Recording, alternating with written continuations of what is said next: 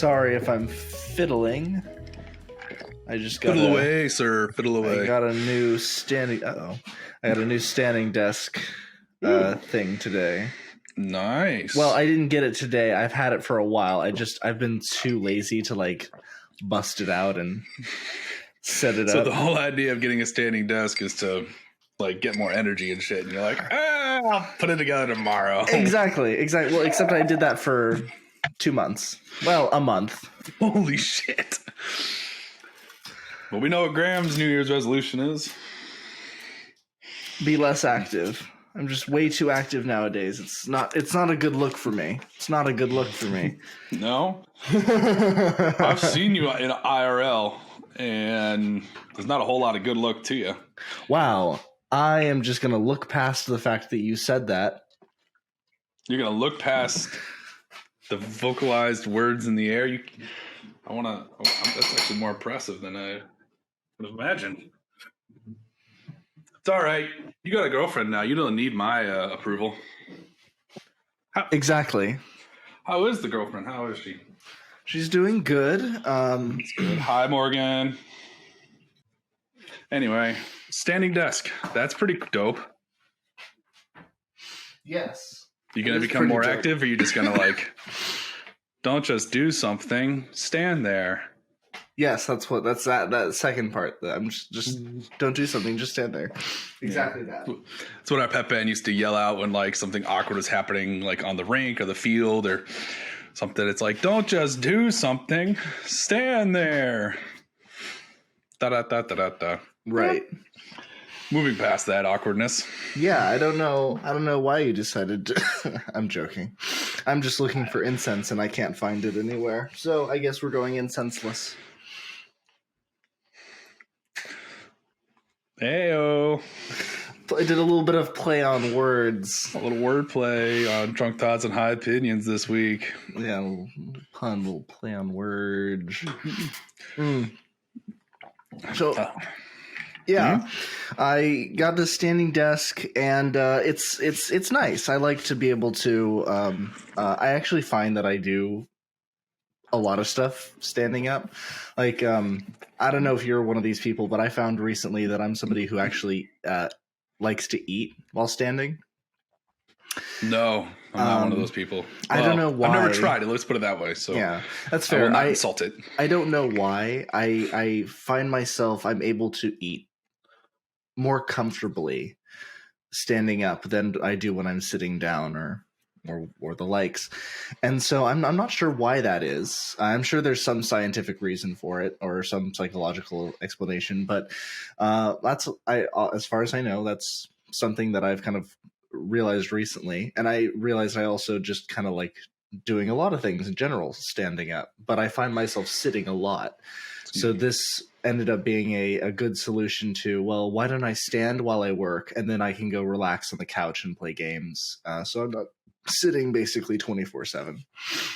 So it's interesting. So I have a standing desk at home. I record our show standing. Right. I have a convertible desk at work that I can crank up and down. So depending on how I feel that day. Mm-hmm. But one thing, like just kind of in the same vein of your whole, like I like to eat and stand. I have this whole like open space right here behind me. Right. And I'll actually play games standing up. Interesting. Like I'll stand there for like 10 minutes and, do like a couple of quests in Ghost of Tsushima, which I just recently beat. I've done that. Yeah. Or, play through a couple minutes of God of War. So like I'll stand there for a couple minutes before sitting, or, just to kind of like get moving, especially if I'm like, it's a Saturday, I got nothing going on. I'm just going to play games all day. I'll kind of go from sitting to standing, kind of just balance it out a little bit. So, right. Kudos to you. Yeah. Way to be healthy. My TV is also not as elevated as yours, so for me, standing while playing video games in my living room is not as easy because I have my neck arched downwards, whereas you are probably when you're standing have it pretty much at eye level. Pretty much, yeah. It could be like 5 inches too short. Yeah, but like mine's like enough. 10 inches too short. You're just like looking down. It's like playing a Game Boy back in the day. It's like perfect. I'm pretty sure I'm gonna have sitting like on the couch arthritis of my neck because of playing Game Boy back when I was a kid. Oh yeah, I think just we're like all gonna have staring straight down. arthritis of our neck just from looking at our phones all the time. Oh yeah, we're all zombies. That's very good point. Yeah. Also, the Nintendo Switch didn't help with that, but I mean, at least the Nintendo Switch has more to offer than the phone. No, I think the old school Game Boys have ruined my vision because you'd have to hold them super close to see anything. Right. There's all that like awkward green color, and and then you had to turn on like a flashlight if you wanted to play in the dark. Like, you don't remember the Dark Ages? I do. Right. Literal Dark Ages. I remember couldn't play them Game vaguely. Boy after dark. I remember those times. My first Game Boy Advance was one that still could not be played in the dark, so I would have to have like a flashlight underneath the covers to play it. Yeah. I remember doing that when I was 5-6 years old. That was still happening. That was still happening into the early 2000s. Remember, as I've said before, my family was firmly in the 90s until about 2006. But at least you had color. Imagine doing that, but it's all green. It's all green. Oh, God. We're just black and white. No, the original Game Boys had like a green sheen to them. They weren't black and white. Right. The Pocket was the first one to come out with like the gray and black, and then Game Boy Advance had, they had the Game Boy Color and then the Game Boy Advance, which was more color. Right. But yeah, I had a little flippy thing on my OG Game Boy Advance. It was a screen protector, and you flip it up, and you had a Game Boy battery powered light. Yeah. It was pretty it was Barney purple. It's Barney purple. It was the Barney purple color. Oh my. It was the only Game Boy they had in stock, and of course once I got the Game Boy, all the attachments had to be the same color. Makes sense. Because I am not a heathen, and I'm not going to mix and match my cases and my Game Boy. Mm-hmm. No, that makes sense. I don't think I've talked about this much in the past on the podcast, but for years my brother had trust issues, and I think still to this day does, about me and his video games and his belongings, because for two reasons. When I was 3 years old, without realizing what I was doing, I erased his nearly complete Ocarina of Time file from the N64, which got me grounded from playing that specific game for basically 10 years. And then again, when I was probably 7 or 8, we went on a trip, and my brother absolutely adored the game Final Fantasy Tactics Advance. Mm-hmm. And Tactics Advance versus normal Tactics had a lot of extra features that was very, very common in Game Boy Advance games. Those things where it's like, work a little bit harder and you get like this really like fucking game-breaking feature. All 3 Fire Emblem games that were on the Game Boy Advance had this. Golden Sun had several, do the bonus content and you'll have a game breaking scenario. Most Game Boy Advance games, all the Pokemon games did. This was a weird feature. I don't know what you're referring to. There were like extra quests or extra things that weren't necessarily tied to a quest that you would go and do, and all of a sudden you would have kind of like an extra specific feature. Let me explain for what it is in Tactics Advance, and you'll kind of understand what I mean. Explain it for me in Golden Sun. No. I'll explain, because I don't remember. I don't know what it is in Golden Sun. You will. Once I explain it in the Tactics Advance, you will know what it is in Golden Sun. They all have it. I was gonna say, I know that game is like in and out. This is a trope that I have noticed in all Game Boy Advance games. This was a very specific thing. So, if you work really, really hard and you basically do every single possible thing you can in Final Fantasy Tactics Advance, you unlock Sid, who is the game master of the game. He's the one who makes all the rules and says, okay, this is when your turn is, this is when your turn is, this is when these are the things you can do, blah, blah, blah. And once you have him as a unit, you've broken the game, and you can change the rules accordingly to like however you want to play the game. Because you've basically done everything in the game. Because you've done everything, so you can now just play the game. You can be God. In Fire Emblem, at the end of each of the games, there was these extra maps where you would unlock some of the like very important bosses as units that you could use in the end game material.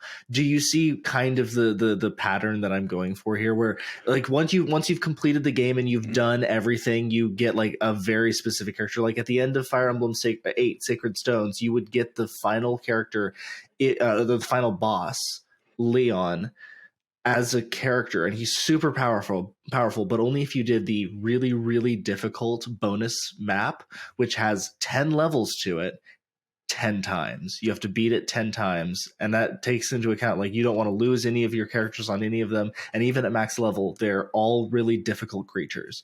And once you get that character, he has an infinite magic tome. So what is it for Pokemon? I can't remember. I'm forgetting what it was for Pokemon, but I remember that there was a thing that was specific to the Game Boy Advance that ended up being much more like game breaking than any other. Maybe for the Game Boy generation. Advance ones. I didn't play like Ruby or anything. Like, so or I that, did. I like that generation. Maybe not specific the Game Boy Advance, but that generation that was on the Game Boy Advance, and maybe the ones like between it and after it had like these kind of game breaking post game quests. But now we're back to Golden Sun, and you don't remember that? I'm racking my brain. Now there is like a super summon you can get at the end of Golden Sun 2 if you've collected all the Jin. That would be that. But I wouldn't call that game breaking. Well, okay, it doesn't necessarily. I'm referring to. I'm calling it game breaking. It doesn't necessarily have to be. It's just like you get this extra powerful person on your game. And I would say that's true to like almost any RPG game, even to this day. Like you can go and get, it's like the summons in the recent Final Fantasy games. You can get like the OP summons if you do the side content. You can get Ultima weapons and such. Like I don't think it's exclusive to Game Boy Advance games. So. It's not necessarily that other generations haven't done it, but that generation did it in a very specific way. They all seemed to do it in a very specific way that was very unique and stood out, at least to me.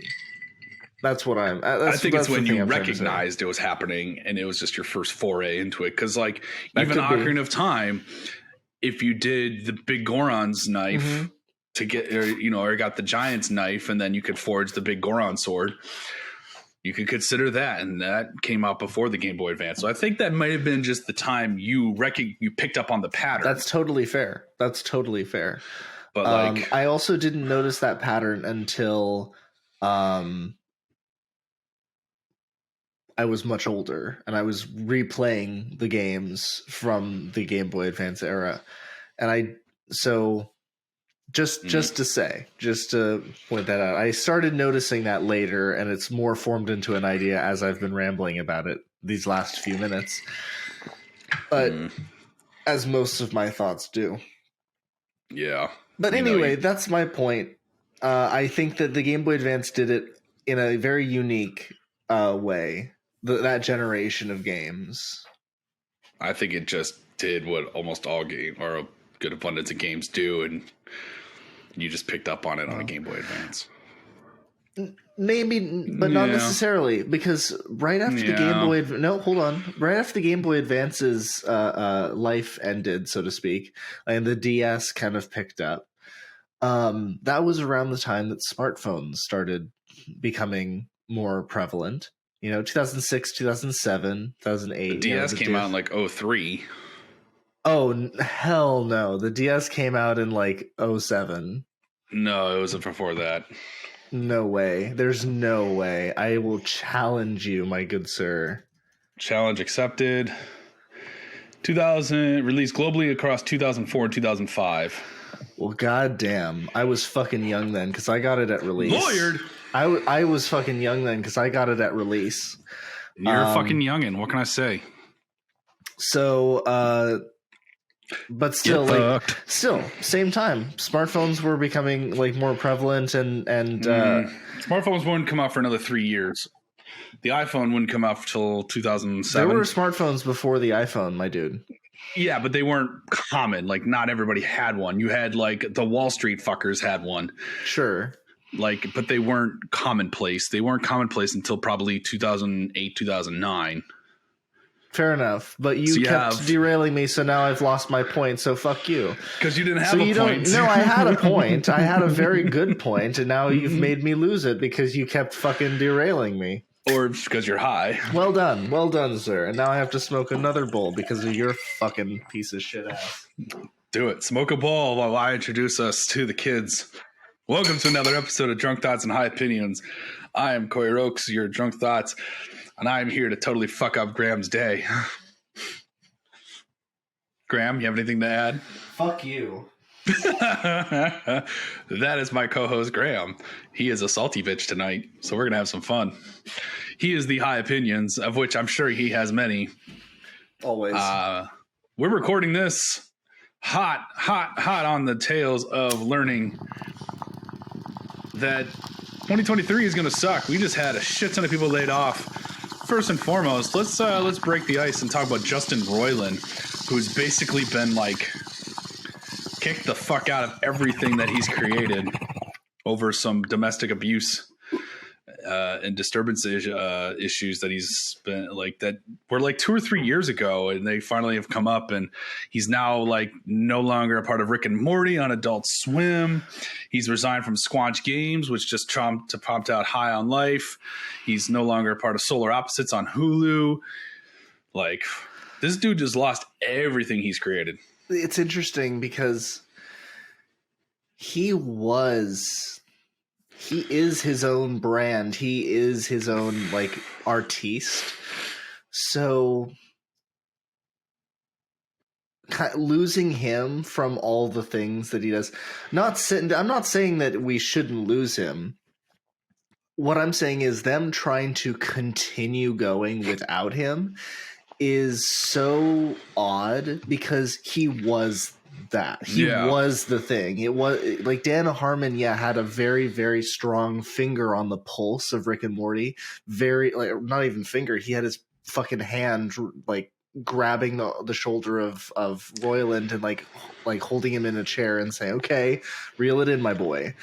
And then they had the writers, the brilliant writers that they've had in their doing excellent work to kind of work with Justin Roiland's insanity. And so, and Dan Harmon, he's a great writer. Dan Harmon's a wonderful writer, of course. I'm not disputing that at all. So like all of a sudden, like just losing this guy, I'm not saying that we shouldn't fuck Justin Roiland. He's a piece of shit. We knew for several years, we were just kind of ignoring the fact that he was casual friends with Jeffrey Epstein. He was he's funny. He does Rick and Morty. Forget it. But we were forgetting the fact that he was casually going to Jeffrey Epstein's Rape Island, and so I mean that was the nickname. That's what I know. He was going there and like doing all that sort of shit, like with the wrong kinds of people. So we knew that he was a bad kind of person, and so when this news came out, my reaction was kind of like, oh, okay, obviously, yeah, I knew that was going to happen. And so my initial thought here is like, well, why don't we just turn off the show, so to speak? Like, he is the voice of Rick and Morty and a bajillion other characters in there. He's like Nick Kroll in Big Mouth. If Nick Kroll was found out to be, like a Nazi or something like that, which is funny because he's Jewish. If they turned but if that'd be like an M. Night Shyamalan level twist. Yeah. If Nick Kroll turned out to be a secret Nazi, he would get canceled, and and they would try and recast, and Big Mouth wouldn't be the fucking same because he is that show. He makes up like.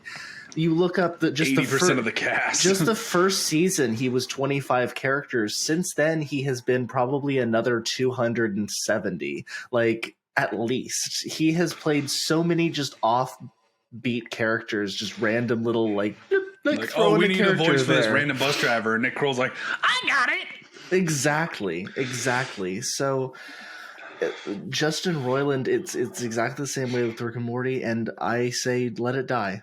We have a beautiful thing that we can we can like separate the asshole and just watch the show and enjoy it for what it is, and don't ruin it with the rest, with what is to come, which is just not going to live up. I just don't see it, and so we should just. While I don't disagree with the fact that, like, all right, you know, but on the other hand, money. I don't know what that was. Let's move on. I broke you because that was your point, wasn't it? Yes and no. I broke him, folks. All right, you're on the scoreboard. Everybody gets one. But seriously, my point being, I don't disagree with you. I think, Justin Roiland needs to be kind of held accountable, and I believe that he is so integrated into these shows, and his voice is just so unique that replicating it is damn near impossible. Even if you get somebody who does like you need to stop down, my dude. That is way too hot. What? Your camera. Oh, no. I'm seeing if I can like adjust the height of this and still have it be standing. You're adjusting your walls, they're blown out, but whatever. That's my cinematographer side.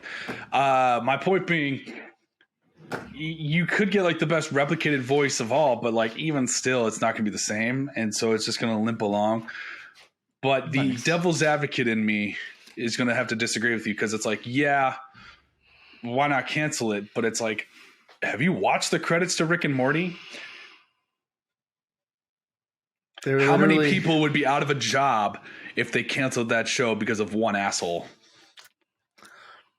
That's absolutely fair. And that show has been renewed for like 3 years or 3 seasons. So that's like 6 years worth of work where people have job security with that show and would just suddenly flush down the drain if they were like, without Justin Roiland, we're shutting it down. What I would do if I was in charge, if I was the person at working at Adult Swim, if I was Dan Harmon, this is what I would pitch. This is what I would go for.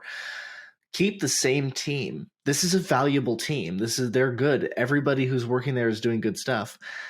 Stop doing Rick and Morty. Have them do a new show that is a very, very similar vein. I know that it will just be, they'll say, oh, it's a ripoff, but just do like a spin-off of Rick and Morty that does not involve Rick and Morty.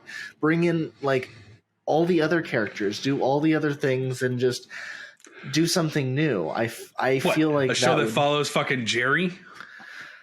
Yeah, I would watch that. I would watch the shit out of that. Are you kidding me? Jerry and Nobody. The Adventures of Jerry Smith. Are you kidding me right now? What is it, Chris Parnell to do it all? Chris Parnell, yeah, my dude. Oh my god, he's so fucking good. Okay. He's a when legend. You first said it, I was like, no, because you have the brand recognition of Rick and Morty, and they have that stability. I mean, nothing lasts more than 2 seasons nowadays. Netflix can attest to that. No, dude. They're fucking out to gut everything. But if you did like a spin-off, like The Adventures of Jerry Smith, that would be fucking hysterical. Exactly. Kill off Rick and Morty in the end of season 6 or something, or no, season 6 is over. Kill off, go do the Adventures of Jerry Smith, but announce it in the 7th season's like first episode. Do like they kill off Rick and Morty, and then Jerry's like, well, I guess it's my adventure now. And they're all like, no, fuck you, Jerry. And he's like, no, it's mine. And it turns out that the show has changed its name to The Adventures of Jerry Smith. Oh, that would be pretty fucking hysterical. I just poured a lot of vodka in this, so this is about to be really fun. I am pitching that to Adult Swim and to Dan Harmon. I don't know if that would fuck with their current plans. I don't know if they can fit it in at some point, but I need this to happen. I need The Adventures of Jerry Smith to be the new title of Rick and Morty, and kill off Rick and Morty to explain his departure. Just don't recast Rick and Morty. Like, it wouldn't be the same. Just Jerry trying to save his marriage. Right. Unless, No, you know what they'll probably do? Unless they got Chris Pratt. I think Chris Pratt could nail it. I think he's been really looking for his breakout role. He needs some work. He needs that work. Dude hasn't had shit since Parks and Rec. Yeah, exactly. That guy, he hasn't really had a good Chris, comedy role. You're talking about Andy? Yeah, Andy Dwyer. Andy fucking Dwyer. Yeah, exactly. God. Whatever happened to that guy? Has he done anything since? I don't know. He did a few weird dinosaur movies and a space. Wasn't he in space at some point? Yeah, he was in space at some point. They all felt kind of the same. With a fucking raccoon, right? The thing is, he was talking to a raccoon for fuck's sake. All his characters kind of feel the same. They're not Andy Dwyer though. No. None of them are Andy Dwyer. Is he? No, he's going to the Mushroom Kingdom here soon. Yeah. Oh, yeah. Well, so anyway, small time actor. I think that Chris Pratt would be a fantastic choice to take over the role of Rick and or Morty, or both. Just Chris and Pratt. Pratt. Yeah. Just change the name. What they were probably going to do is they'll introduce new universe Rick and Mortys, and they just sound different, just like we've seen other Ricks and other Mortys that look different. Yeah, they'll probably be like, why do they sound different? Who the fuck cares? Just go with it. Yeah, that's probably that is my theory of how they're going to handle it. They'll just be like, who the fuck are you? I'm Rick. Yeah, I'm Rick, C-138. Or it turns out that they find somebody who does such a flawless impression that it is indistinguishable. I have seen some people, some YouTubers and impressionists online who could, but I don't know if they would be. They've taken direct lines that he's done in the past and imitated that.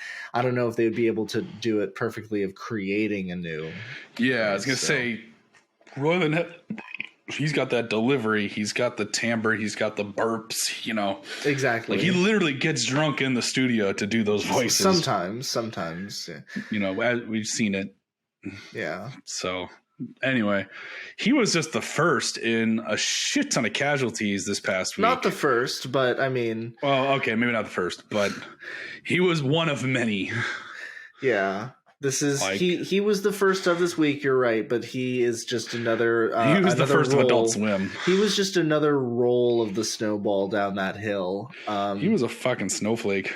Yeah, absolutely. He was an ant. I mean, we had 50,000 people this week laid off from various companies, tech companies. 12,000 from Alphabet, aka Google. 10,000 from Microsoft. Fuck. 7,000 from Facebook, Meta. Sorry, wow. Zuck. Don't shut down my Facebook. Sorry, Zuck. I know you're listening. I mean, just a shit ton of people just got the shit can this week. Right. Fuck me. That sucks. They're all. I think that all these tech companies are doing this because, Twitter fired 10,000 people. And are still running at the same operations, seemingly running at the same operations, even though everything is crumbling underneath. So they're like, oh, we can get away with this too. And so they're gonna lay off all these people and realize, uh-oh. I read a couple articles, none of which mentioned Twitter. They're all attributing this to more or less a bubble burst from COVID. That when COVID hit and the pandemic was in its full swing, there was a huge influx of realization people can work from home and we can be more productive and we can get shit done and this, that, and the other thing. And now that things are seemingly returned to normal, there's just not enough work to go around, as well as the priorities have shifted. Things have changed in the last couple of years. We're now a new society, a new culture. Interesting. And just a lot of companies overbloated themselves. Interest rates were, also a factor. They were so low and now they're fucked and they're super high. It's unprecedented. So this 15, the pandemic part of it, but a 15-year boom in the tech industry has basically popped. Okay. None of which mentioned Twitter.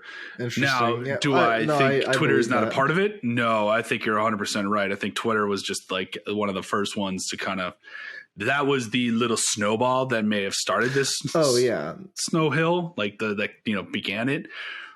But Twitter probably did it for exactly the same reasons. Or Twitter did it because Elon's a douchebag. He's a douchebag, but that was probably one of the factors that went into that decision. I mean, he didn't do it for just no fucking reason. He is an idiot. He is an idiot though. I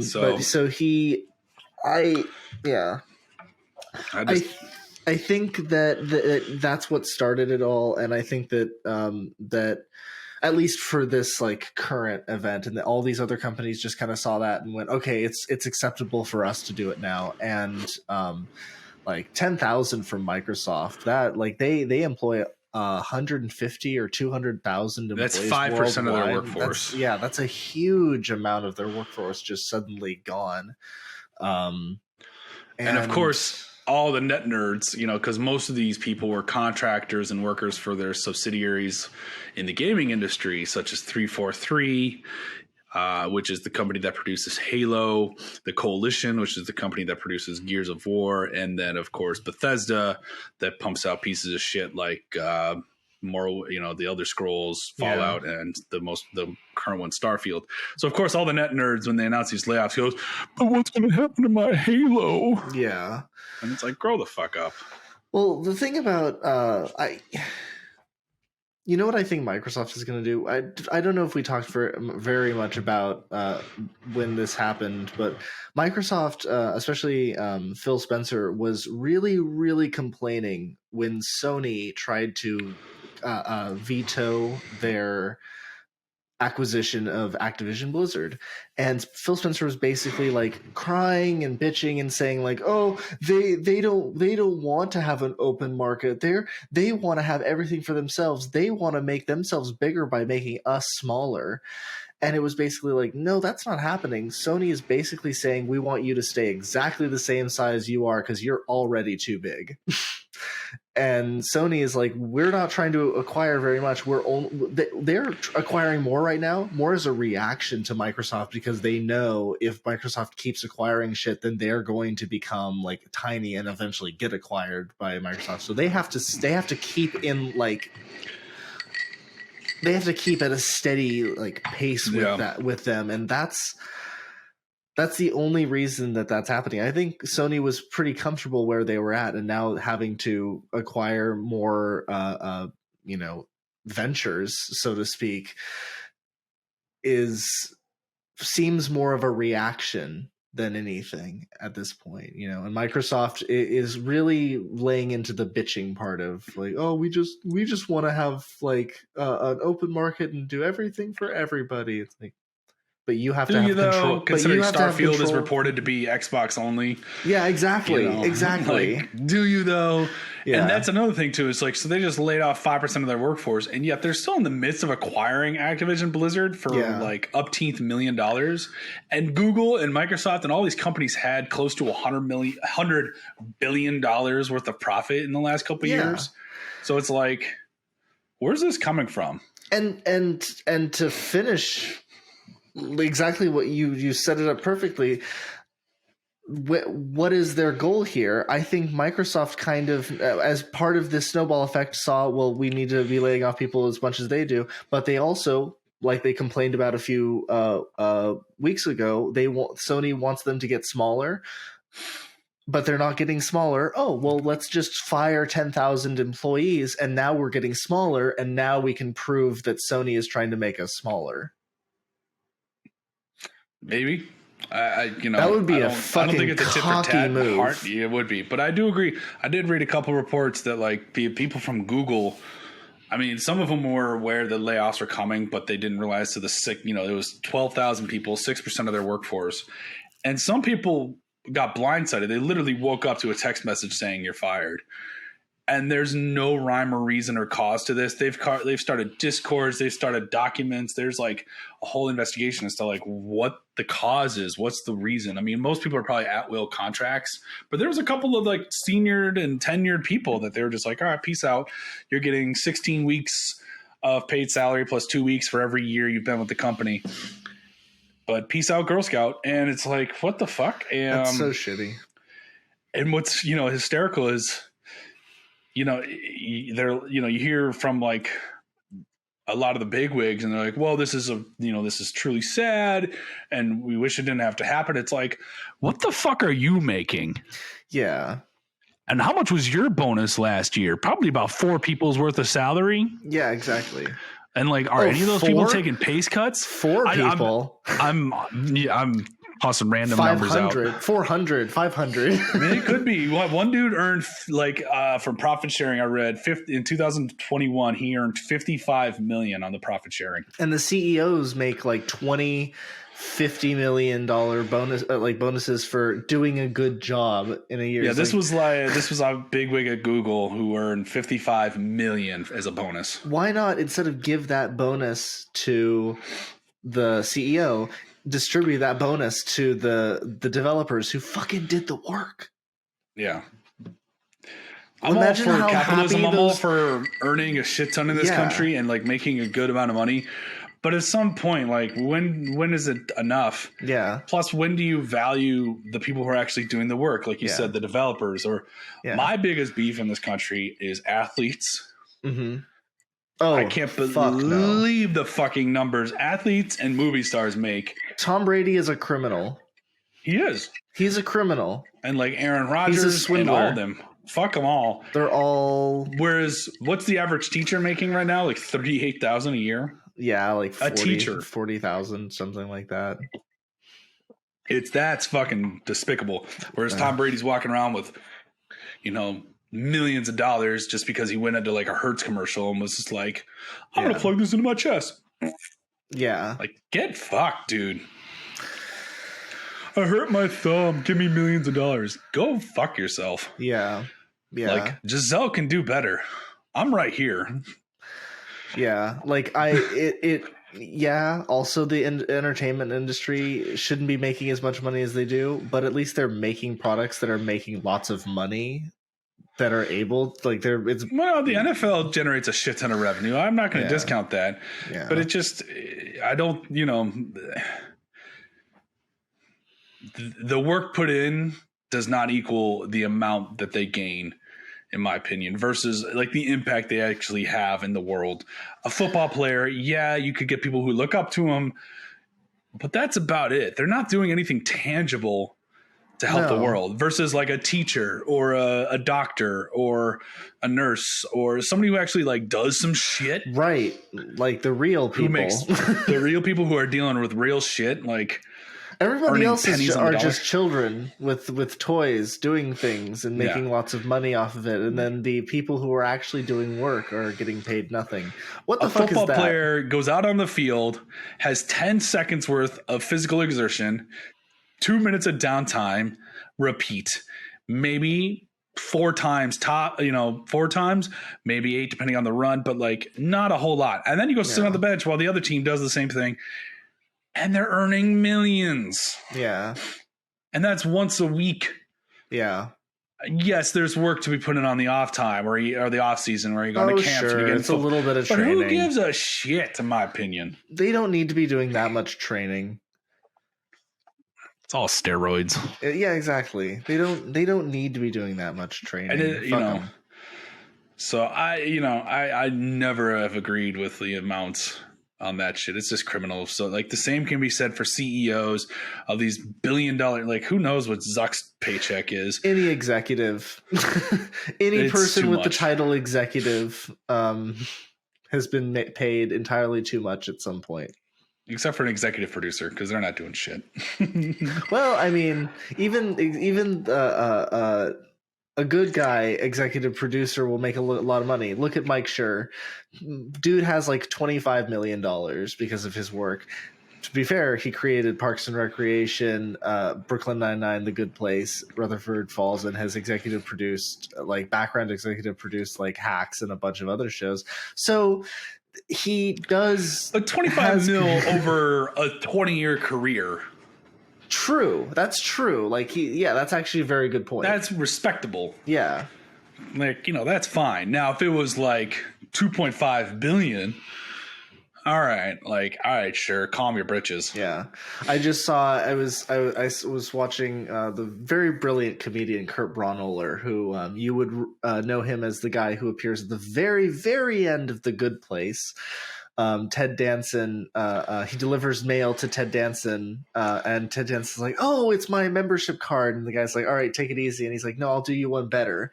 From the bottom of my heart, the greatest thing I could ever say to an individual in the world. Take it sleazy.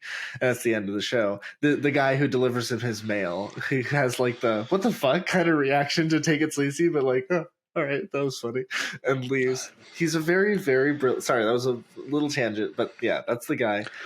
That's fair. I mean, I don't remember him by face, but that's a good example. But so if anybody wants to look for this comedian, go watch the final episode of The Good Place. Exactly. Kurt Braunohler, and he very funny guy, and he was doing a little bit about like there are 3 people in this country, and now like well, no, fuck, even with the amount of money he still has, good God, there are 3 people in this country who have more money than the bottom 50% of the entire country. Oh, that's criminal. And I loved his joke. He's like, I'm just saying that we have a show called Hoarders, where if a woman has like 25,000 magazines, we go into her house and we scream at her like, you can't have these magazines. And she's like, I want them. And she's like, no, we're taking them. And like, we have to like forcibly remove them. I'm just saying, I'm pitching Hoarders 2 where we murder billionaires. I think that's I don't think that, I think that's an extreme, but I think the idea of like taking, but the hoarders idea of like going up to billionaires and then just kind of sitting them down and being like, okay, so you have too much money, we're gonna do something with this, we're gonna like Queer Eye for the Straight Guy. Exactly. It'll be the episodes of Queer Eye where it's just the straight people that they're doing it. We're rich kind for the like straight bitch. Awkward. In fact, we should have the cast of Queer Eye do this show. Listen, honey, you got too much money. You have too much money.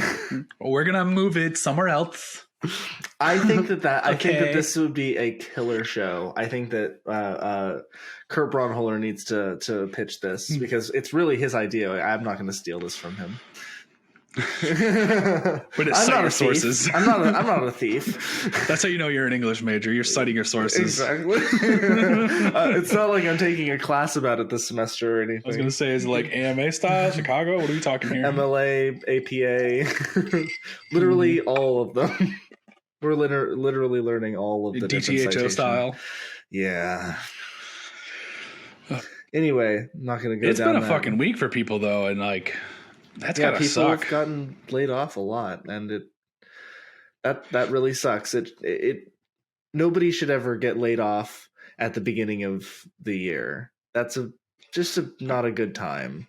I mean, I don't think any time of the year is a good time, but it's better to be laid off at the beginning of the year than like right before the holidays. Right. No, but like, yeah. So just beginning of the year, at least December there's opportunity. And January are like the two, like, and February, but like, besides that, all the other. What about November and Thanksgiving there, friend? There's no good time. Like, just like end and beginning of the year, but like all the middle months. What is the high opinion? I want a high-minded opinion on the best time of year to get laid off. July. July. No absolute questions, because it's already the time when everybody wants to go on vacation. That's when people went on vacation when they were kids. Everybody wants a vacation during the summer because of that. They just have that instinctually, because like 99% of people. So you're gonna lay them off before they can go on vacation, and therefore now they have no money to go on vacation. But no, they will have already saved up for vacation. So just boom. That's a grand assumption. I don't know. Fingers crossed. For those who are listening, I'm looking at Graham with a very I see that very heavy look of derision and disagreement. But all right, I mean, to the high-minded miser's credit, he did give a valid reason as I requested, so I'll let it pass. He didn't shirk away from it. He stood his ground. Kudos. I give him credit. Ooh,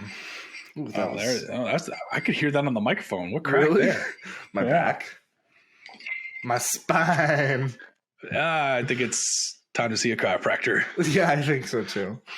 When I can hear it on the microphone from 2,000 miles away, yeah, it might be time to see the old chiropractor. Yeah. Well. Anyway. Well, hopefully, the 3 listeners who listen to our show, I highly doubt any of them are people who got laid off last week. But if you were, that sucks. We're sorry. If you want to be a guest, if you want to come on and tell your story, please reach out to us at Drunk Thoughts High Opinions on Google. I'm sorry. The way you said that. It sounded so sarcastic at first. I know you didn't mean it to be, but just, good Lord. Also, Amber from Riverside, leave us alone. We're not going to respond to you. Christ, I'm looking at our email. I don't check this email often. Have you? No, I don't. Holy shit. We should probably start doing that. Does she actually It's an automated sales message from a rep because they're going because the username is Drunk Thoughts and High Opinions, so her emails start, "Hey DT, wanted to make sure you saw my earlier note. No pressure, but figure you want to save some money." Oh no! Yeah, automated message. Hey DT. Hey DT. You know what DT stands for?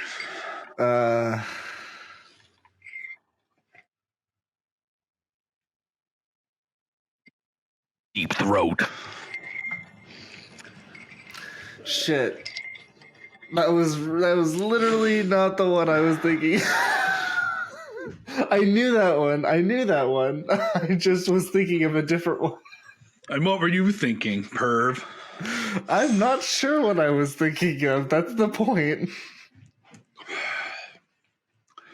Folks, I want you to take special care to listen to that last statement, because that's literally been the last 3 years of my friendship with this asshole. Touché. I never know what the fuck he's thinking. Touché. And clearly he doesn't know either. Just putting that out there. Touché, my friend. Touché. Tell me I'm wrong. You tell me I'm wrong and I'll finish my drink. You are not wrong. Well, I'm still going to finish it. Yeah, go ahead. I won't hold it against you, and I can't stop you. As you said, 2,000 miles. Yeah, what are you going to do? Absolutely nothing. You think I have the energy or the time or the place to fly all the way to where you are just to put your head on right? No. Yeah, I'd only be switching at like 2 degrees. There's not much No change. Offense to you. I mean this with all the love that I can muster. Better men than you have tried. Oh my. Not gonna happen. I'm just really fucked up. There are better men than me? Than moi? Yeah. I said no offense. I said with all the love my butt can muster. And I say my butt because my butt's bigger than my heart. He's hurt, people. He's hurt. He's going down. So much for the standing desk. It accounted for nothing. He's down. Oh, how could you do this to me? Did I catch a deep there, Graham? Wow, this is way more head than I intended. Look at all that head. Oh, that's way too much head. I'm guessing it's because of the I found the incense. It was under the bed. And it comes full circle. The episode returns upon itself. That's fucking brilliant. Oh my god. I'm glad we solved the age-old mystery of where the incense were on the current episode of Drunk Thoughts and High Opinions. I was thinking it'd be like 3 episodes later and be like, I finally found the incense. It's totally what I expected. Or I just finally went out and bought more incense because I couldn't find the other ones and I didn't want my place to smell like weed. I have a bunch of incense. It's just I had one that was like specifically at this desk. And I was like, well, where is it? Now you know to check under the bed. Who would have thought there? Who would have thought? Ooh. Anyway. Ooh, that's a good beer. Is that a good beer?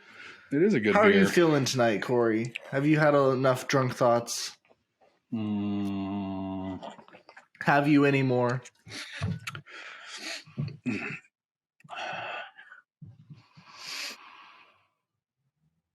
Take more time. It's not like this is audio or audible or anything like that. Well, so much for your vamping. I mean, I'm a minimalist when it comes to my improv. Really? Because I can't get you to shut the fuck up some nights. Sure. No, let's just get You're it not out there. wrong. Yeah, I'm just an asshole. You're not wrong. You're just an asshole. Yeah, that's what they say. No, we've had some long episodes in the past. Let's call it an episode. Let's keep this one short and sweet. We'll wrap it up. You know, don't be silly. Wrap your willy. All wrap right. it up nice and tight for tonight. I think that's a good way of putting it. The first thing you said, not the last thing you said, which was gross and made me uncomfortable. Don't be a fool. Wrap your tool. Hi, Morgan.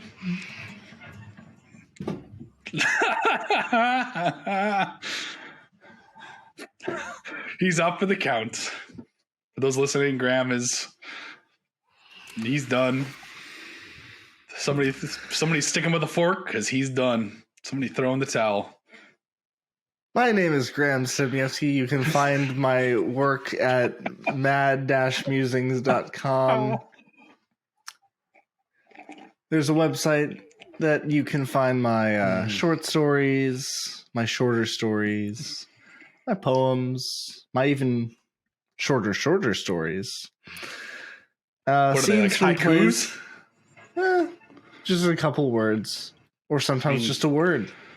575 is all it takes for a haiku. You know, help is a story. No, it's not. Have you updated your website? No, you still have the random ass quote.